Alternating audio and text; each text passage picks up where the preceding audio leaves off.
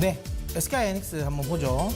73,200원에 비중 60%, 11만 5천원 보고 있는데 가능할는지 궁금합니다라고 하셨는데요. 가능합니다. 저는 가능하다고 봅니다. 다만 중요한 건 기간이 문제지 않겠습니까? 네, 기간이 문제겠죠. 일단 이런 이야기 드리겠습니다. 만약에 반도체 업종을 하실 거면 기본적으로 SK하이닉스를 하시는 게 맞습니다.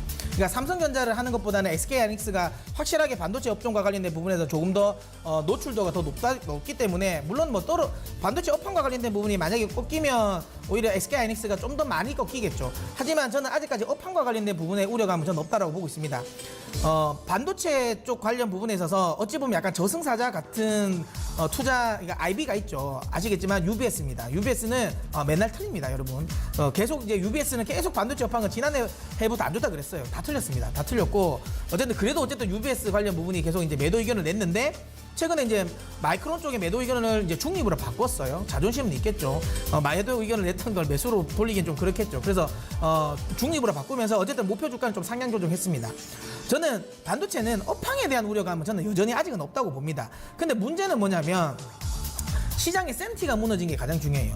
자, 지금까지 반도체는 그냥 반도체 업황만 봤으면 되는데, 이제는 여러분 반도체 종목을 살려면 뭘 봐야 되냐면, SK하이닉스나 삼성전자 투자하려면 결국에는 미중 무역 분쟁이 엮일 수밖에 없습니다. 자, 지금 중국이 삼성전자라든지 SK하이닉스와 그 다음에 마이크론 이제 빅3죠. 빅3에게 된 이 과징금 구조 관련 부분, 그냥 담합과 관련된 부분에서 구조 정도를 이제 매기려고 하고 있습니다. 저는 매겨질 가능성이 높다고 보는데, 근데 이거는 사실 그런 거예요.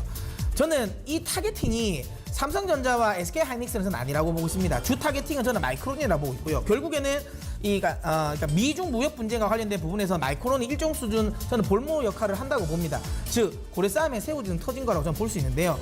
그러니까 과징금이 사실 이 구조가 나온다고 해서 뭐 3조 뭐 그렇게는 안 주겠지만 조금씩 뭐 이 점유율 따라 좀 다르겠죠. 어쨌든 과징금을 매긴다 하더라도 3조 4조 정도 수준을 매긴다 하더라도 이게 뭐 SK하이닉스의 추세에 뭔가 문제가 나오지는 전혀 않거든요. 하지만 아까도 얘기했지만 이건 과징금 문제가 아니에요.